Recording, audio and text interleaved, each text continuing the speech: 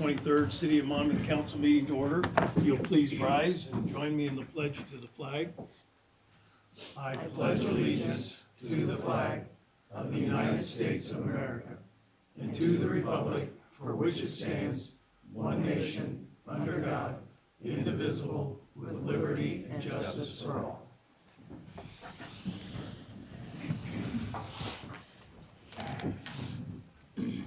Before our roll call, I would like to take just a moment and recognize a special guest in our audience this evening.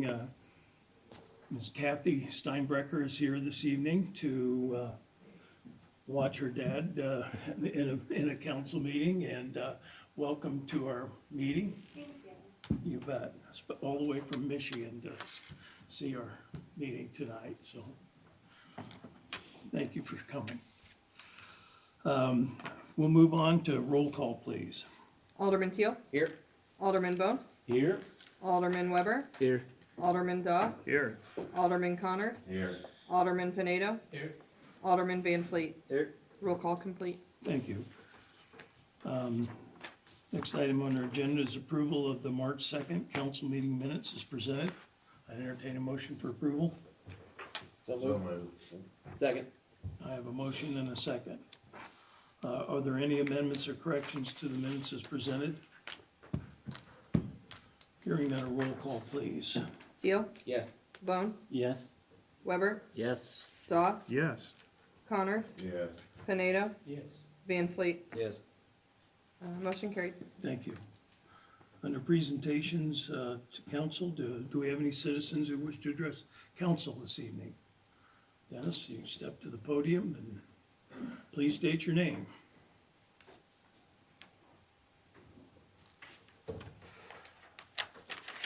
I'm Dennis Wilhart. I live at 208 South 11th Street here in Monmouth. And I have just one question regarding the budget, but before I get to that, I too, Lou, would like to thank you for your service to the city of Monmouth. I read your letter to the mayor and to the council, and read where you've donated a lot of time to this city, a lot of time and expertise. And I just think that that deserves a little special recognition, so I was here to say thank you. Thank you. Thank you, Dennis. Thank you, Dennis. Now, my question is a simple one, and I didn't think you'd have a question and answer period on the budget, so I heard that not too long ago, or read, I'm not too sure which, that Mr. Pritzker was maybe gonna change the amount of distributive funds that cities get. And I didn't know whether he did in fact do that and whether it affects this proposed budget or not. But I was just curious if it does. Yeah, it hasn't been formalized yet by the legislature, but we, all cities expect it to be approved as part of the governor's budget, and there will be some discussion in my budget presentation regarding the LGDF. And how that affects it, and how that affects the city. Yes, yes. Thank you. Thank you, Dennis. Any other? Hearing none, we'll move on to our consent agenda. We have one item, and that's approval of the bills. Motion to pay the bills. And do I have a second? Second. I have a motion and a second. Any items to be removed for further consideration or discussion? Hearing none, a roll call, please. Bone. Yes. Weber. Yes. Daw. Yes. Connor. Yes. Pinedo. Yes. Van Fleet. Yes. Teal. Yes. Motion carried. Thank you. Under committee of the whole, I have our Monmouth Police Department January report. Chief Schweitzer. Thank you, Mayor, Council. For the month of February, we made 41 arrests. We issued 101 citations. Calls that came into dispatch center was 2,797. MPD handled 1,467 calls. The dispatch center dispatched 2,629 calls. We handled 13 accidents, and the officers worked 18 grant hours. Incidents of note for the month of February, MPD officers spent approximately 6 hours in court for various ordinance, traffic, and criminal cases. MPD took part in a 2-day reunification drill at the First Christian Church. And I took part in the WMOI WRAM Sheriff's Forum at the Warren County Farm Bureau. Did a public risk fund meeting, Monmouth Associates, and was in several Zoom meetings for the e-citation. Staff training, all officers successfully completed required state mandated training.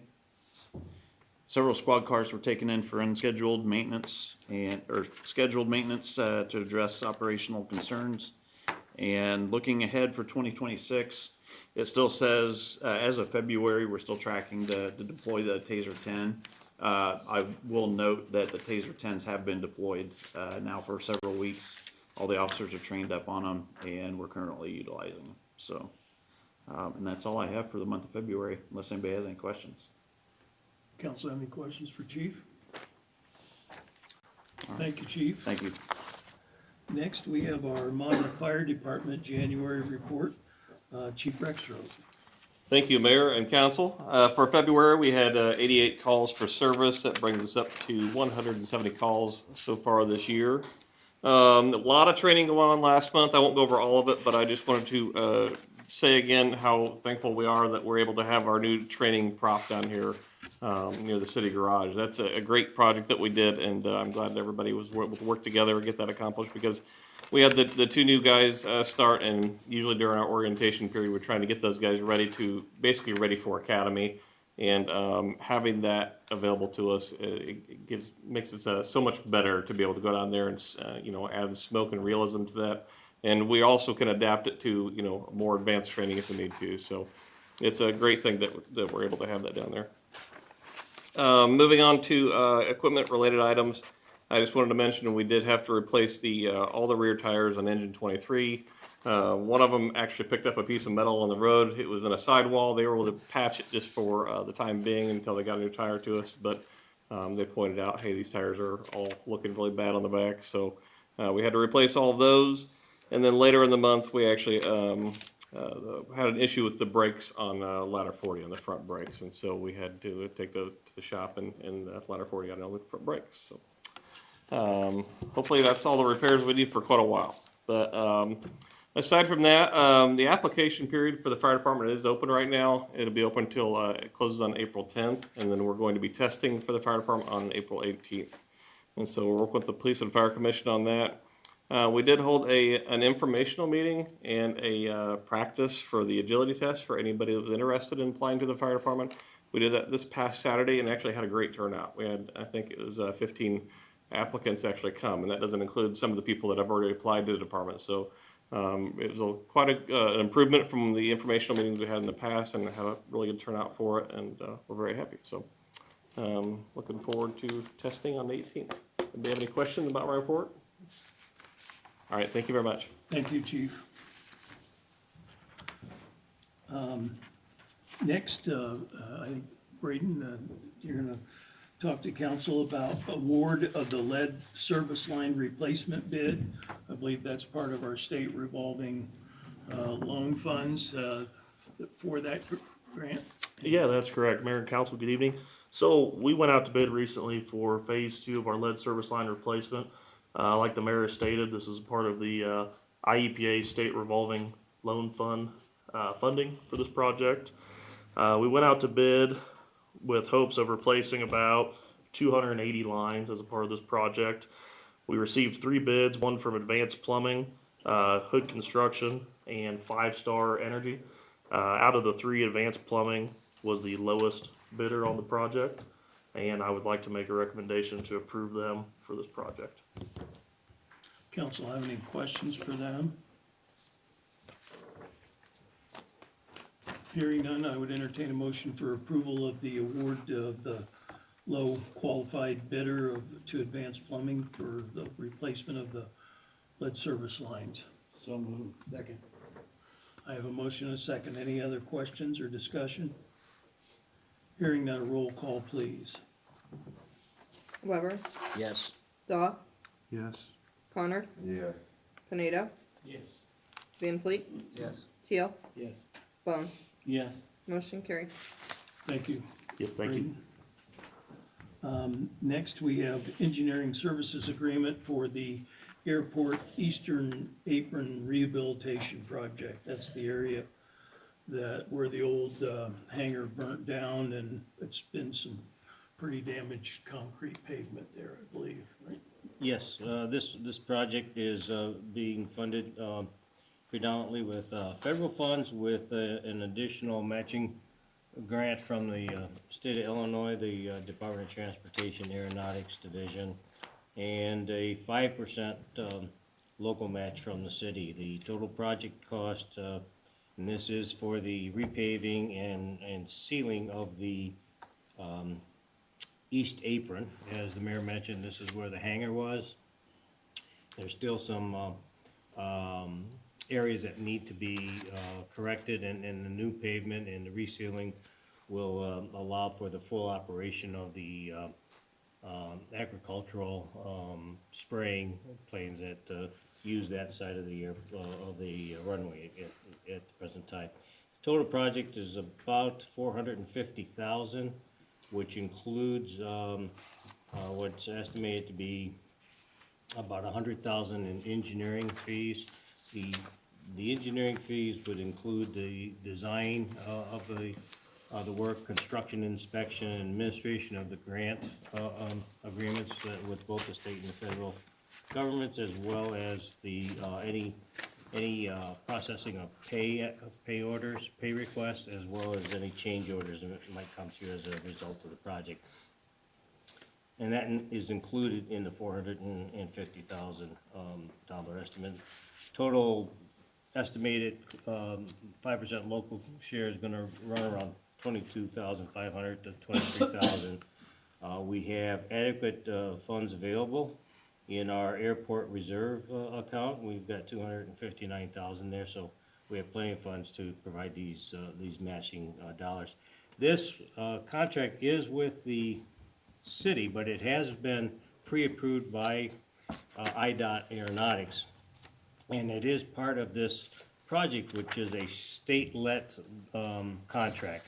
So the state will be in charge of the processing payments to the contractor, as well as payments back to the city.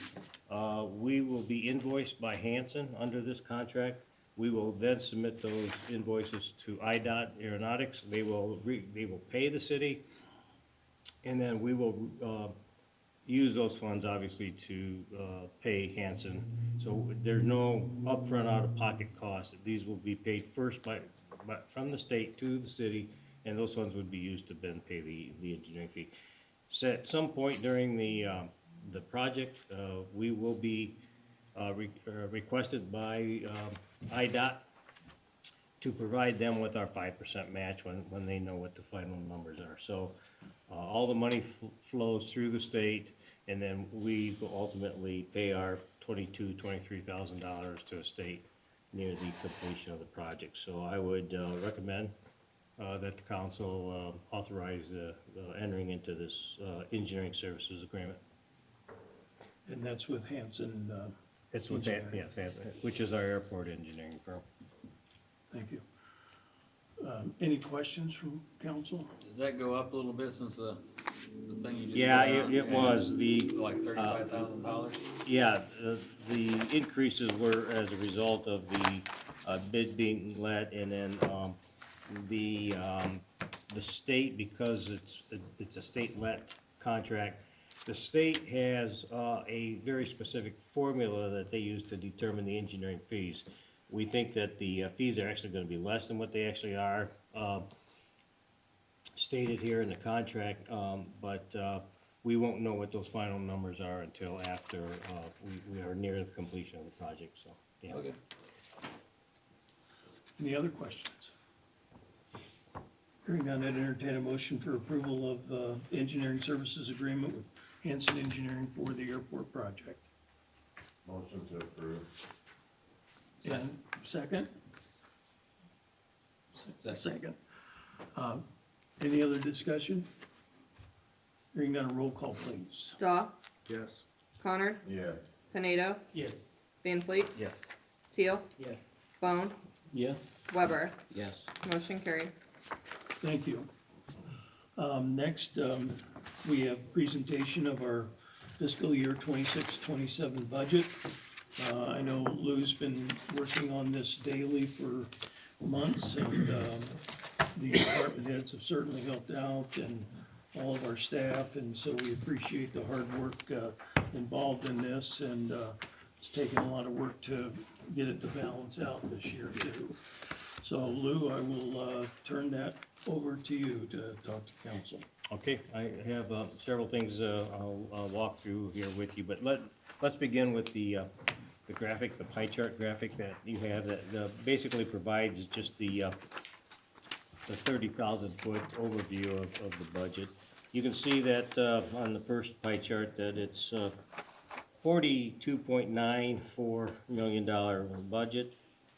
This is just slightly less than this year's budget, which was just over 43 million. There are fewer some capital improvement projects in this year's budget, or next year's budget as compared to this year, but just wanted to point out to you that we've got, you'll note here that our two largest funds are the water sewer fund at almost 17 million, and our general fund, which is 13 million. I will note here, and there'll be a further breakdown later on, but I would note that you see the 4 TIF districts. Well, we've been fortunate in terms of experiencing growth in the equalized assessed value of properties in our TIF, which is enabling us to provide funding for a variety of renovation and rehabilitation projects.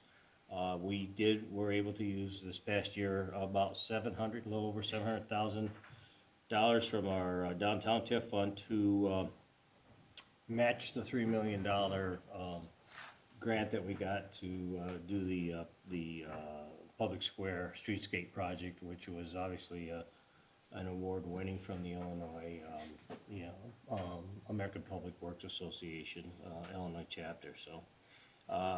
So you can see that we're starting, our TIF districts are showing some growth and some improvement there.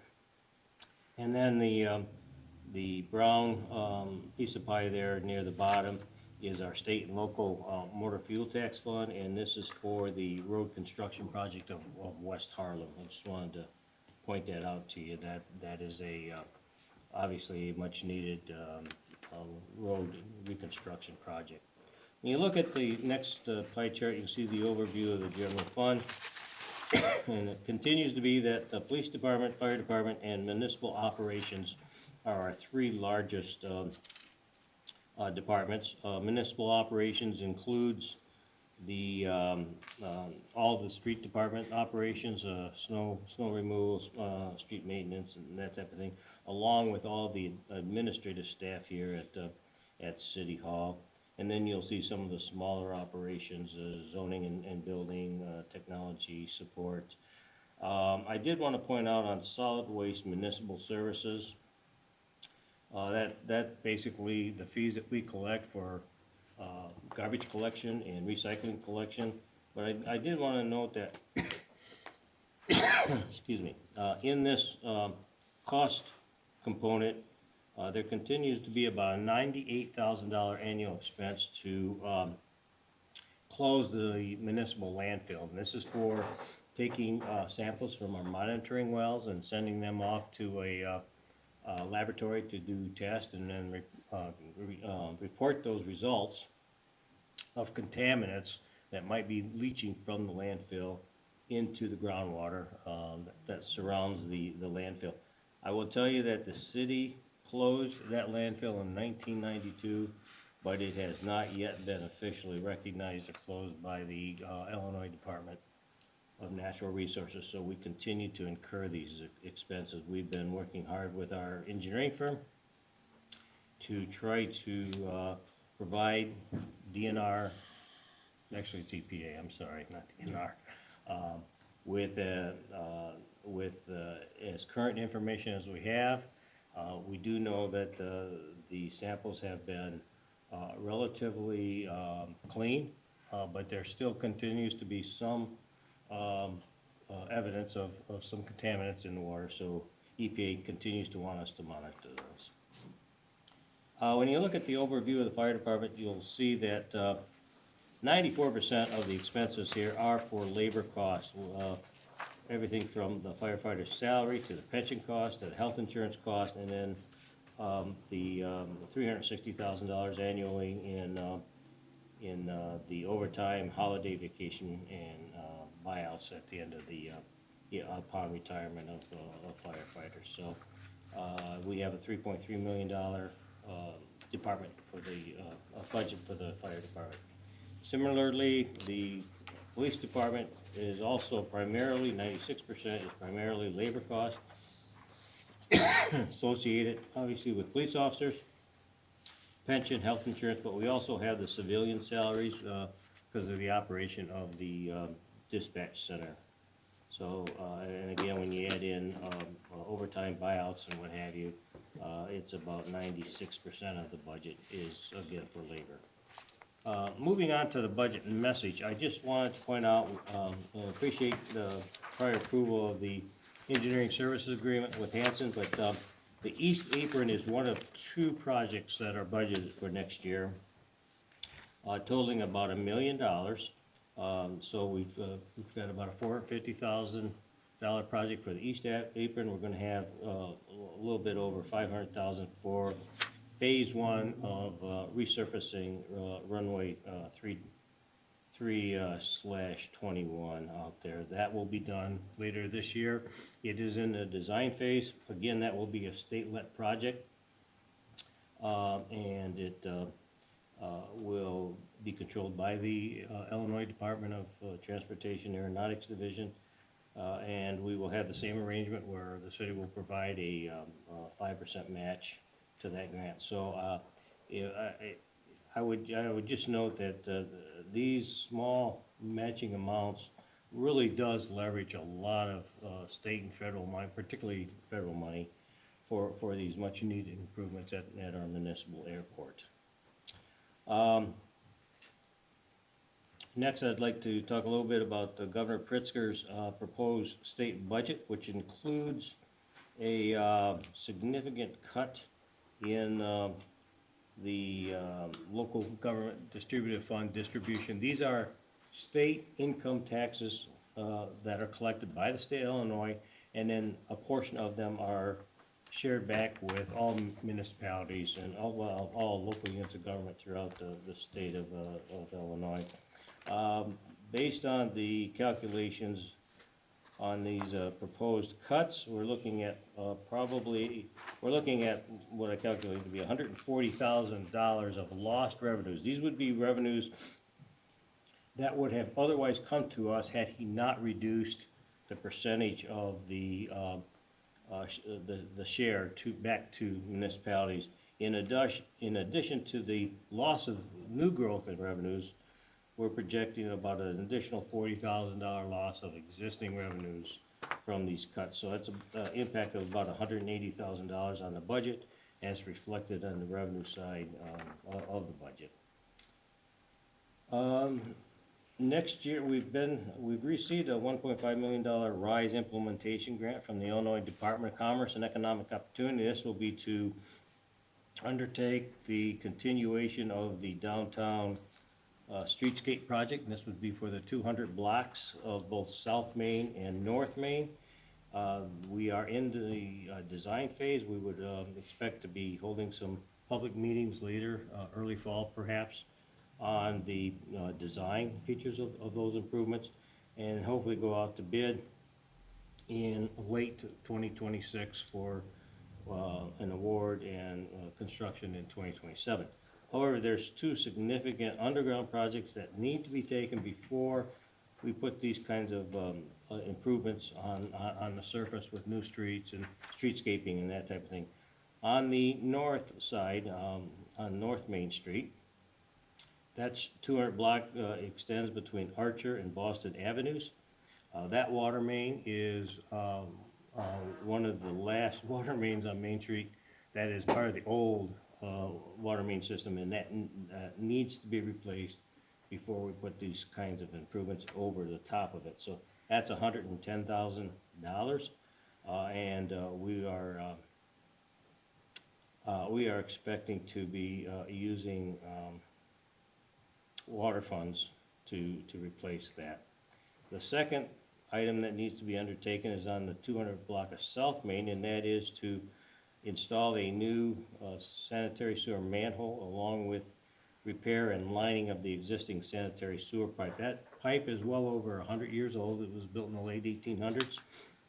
A lot of buildings were built over on top of that sewer since then, including the Rivoli. This sewer runs under the Rivoli Theater, and the cost of putting that new sanitary sewer manhole and using concrete lining to strengthen the integrity of that existing sewer line, which is really starting to decay and crumble, and we're hopeful that we won't have a collapse of that pipe before we get to these improvements. That work will be done at a cost of $155,000 through the Downtown TIF District Fund. So those are a number of projects that are included as part of the budget. And then it's, although not technically part of the budget, these numbers are not in the budget. We were asked to look at some funding options and some funding methodologies to increase our ability to borrow additional funds to help undertake some capital improvement needs. And in that, attached to my budget message, there was a worksheet that showed how the city could, through allocating future property tax levies, those incremental increases in our levy, if we allocate those to the debt service fund and also allocate a certain amount of the water and sewer funds that we collect from Smithfield, they will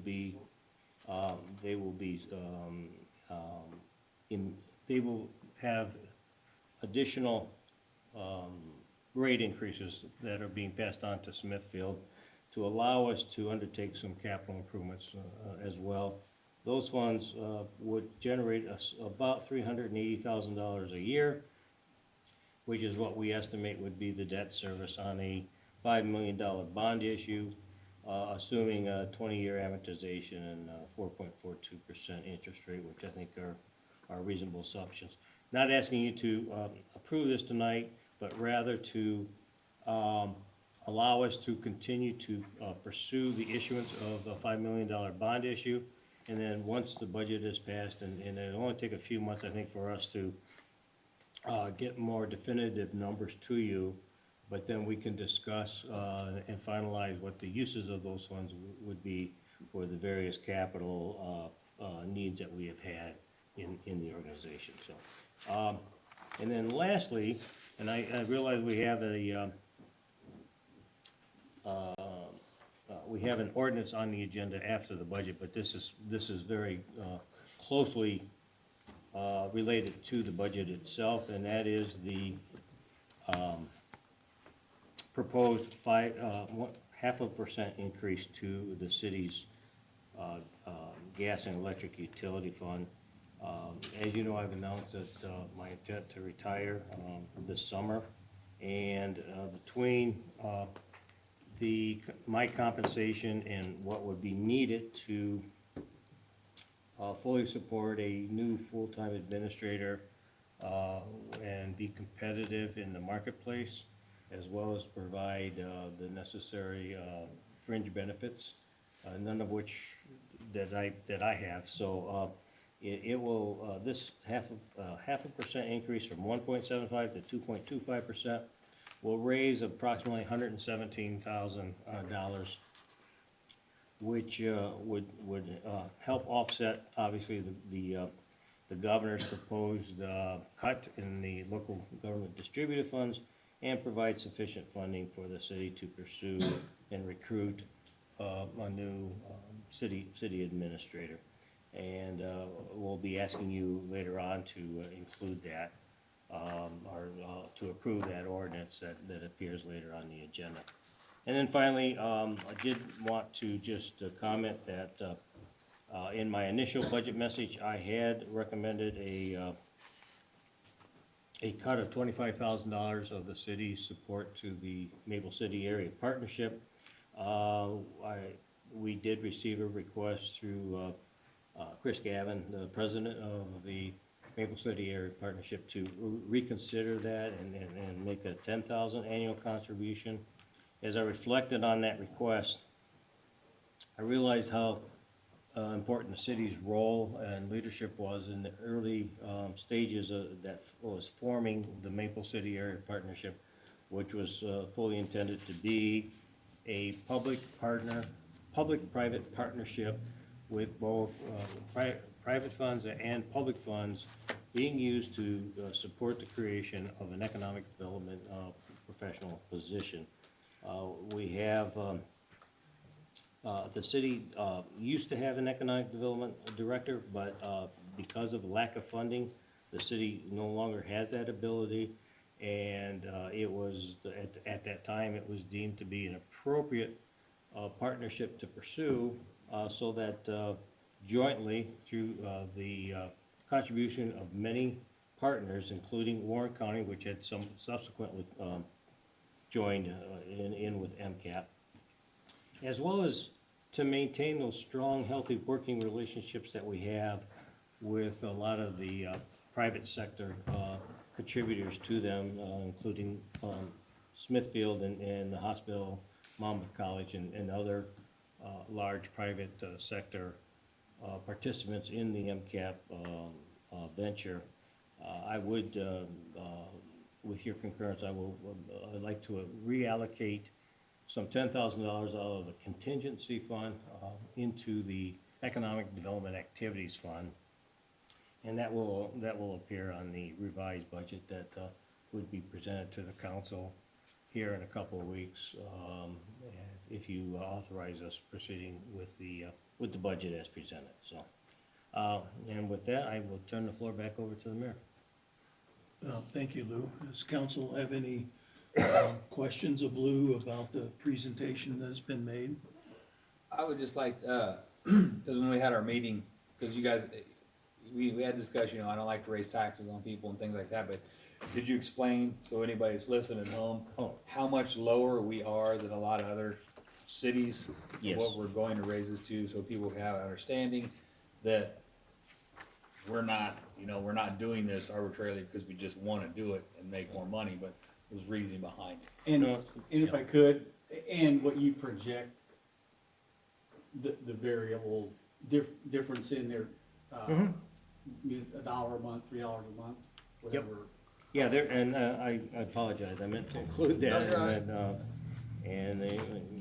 guess my brain was moving slower than my mouth, but anyways, But this is on the utility tax. this Yes, is on yes, the yes. gas and electric utility tax, yes. I will tell you that, in terms of the average residential rates, the effect on the average customer, residential customer, we're projecting that, it would be $2.24 a month. And we also know that it will be the larger, utility users, you've got, you know, a number of entities such as Monmouth College, the hospital, Smithfield, Americold, Midwestern Pet Foods.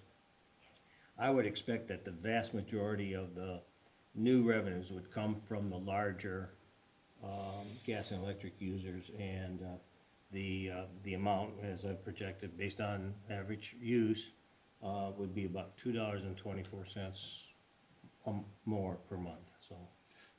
Our current rate is 1.75%, and we're proposing to go to 2.25%. Yeah. I know a number of our neighbors and surrounding communities are at the maximum rate of 5%, so we're still less than half of what most other municipalities are. We also do not include any markup in our aggregation that we do, where we group with 30 to 50 other communities and purchase power. A lot of those communities do mark up that rate between what they acquire for and what they then gets offered to the citizenry. We do not, we pass along without any markup to the city for all of the aggregation services that we perform as well. Yeah, that's important to note. The Illinois state law allows home rule cities to impose up to 5%, so we are well below what we would otherwise be allowed to do. But as the mayor mentioned, there are many Illinois cities that are already at 5%, so we will be significantly less than other municipalities. Yeah, and it's, if, you know, I feel like if, it's kind of like some other things we've, Springfield has reduced the amounts that typically normally come back to us. They have revenue problems of their own, so they reduced our revenues, our shared revenues, to solve their problems, which leaves us with a problem to solve, so. On top of the grocery tax. Yeah, Yeah. they passed that And the motor fuel tax. Yeah. and yes, there's a number of items there, yes, sorry. I had another question, and I don't know, I didn't give Casey any warning, but, on the overtime, do we have an idea of what the difference in the overtime this year for fire was compared to last year? Well, I think there were, I'm not sure compared to last year, but we did have significant overtime. Yeah. And a lot of it had to do with we have some injuries, some worker comp claims, and we also had some retirements that obviously couldn't be backfilled yet, you know, before a new hire has finished the fire academy. So I would suspect that we did have higher. I can check those figures for you, Brad, but I'm sure they were higher, but I can tell you Yeah. that that's the reason why. Yeah, and I did wanna say, I appreciated, the willingness of the city staff to possibly hire that extra guy early. The problem was the hiring list ran out. But I do think that's a good strategy to extend to any of the departments, police and everybody as well, that, when we see that there's these extended injuries and work comp times, and, our guys are getting, 8-10 days in a row of overtime, that if we could, hire that extra guy, knowing that some of those, our work comp folks are coming back. But I appreciated your effort to do it. And unfortunately, the list ran out, and Casey had made the request. I think it was a good request to make, and, but I just think that's a good strategy in the future, that, it's, it gets hard on the guys, and. Yeah, and I mean, to some extent, we do have to assess the potential of a firefighter who may be on workers' comp. What is the potential of him Yeah. Eventually returning? So, I mean, there's some judgment call in those things, but we monitor it. And I think you did a good job of Thank you. evaluating it, so. Any other questions from council? Again, thank you, Lou, for all of your efforts in this. We'll have the budget on the April 6th agenda then for your consideration. So. Yeah, we won't be voting on this tonight. We'll have our public hearing, and then we'll have that budget on the agenda again. And the bond fund issue will be Yeah, we will. addressed at that time too. and- Right, I assume that, with your concurrence, which I'm assuming you're getting, that we will pursue the $5 million bond issue, and we will be bringing that back to you. It will probably take us a few months to get that together, and then I think as we get more information, and we've got more detail on what the debt service will be and what the projected increase in revenues will be to meet that new debt service, we'll come back to you, and then at that time, I think we can have a discussion on not only the sources of funds, but the uses of those funds. Okay, well, okay. All right, thank you. Moving on to ordinances, Lou, I guess you're up again for the ordinance amending our Monmouth gas electric utility Well, not much more to say without repeating myself, but it's a 0.5% increase. It'll be from 1.75 to 2.25%. We're estimating that it will, the impact on the average Monmouth residential customer will be about $2.24 a month. And we believe that the vast majority of the revenues will come from the larger gas and electric users in the community. Projected to generate about 117,000, which will help offset the governor's cut in the local government distributive fund distributions, and allow the city to begin its search and for a new city administrator, and enable me to go to pasture. So. So we just vote no. He might just leave. Just stop showing up. Yeah, I mean, Anyway, yeah. you do wanna have a replacement. Okay. Okay. All right. I would entertain a motion for approval of the ordinance amending our rate. So move. Second. I have a motion and a second. Is there any other discussion? Hearing none, roll call, please. Honor, Yeah. Pineda, Yes. Van Fleet, Yes. Teal, Yes. Bone, Yes. Weber, Yes. Daw. Yes. Motion carried. Thank you. I would entertain a motion for adjournment. Motion to adjourn. Second. I have a motion and a second. All those in favor say aye. Aye. All opposed, same sign. Thank you. Also, we did have on your desk the facade work that was done at 66 and 68 Public Square. And that was a joint project and made a significant difference in the facade of that building. Kind of helps match up with the Buchanan Center for the Arts, and certainly the replacement of the windows that match certainly really improves the look of downtown. I know for a fact they'll have brand new central air and heating units too. No, great. That's all been updated too.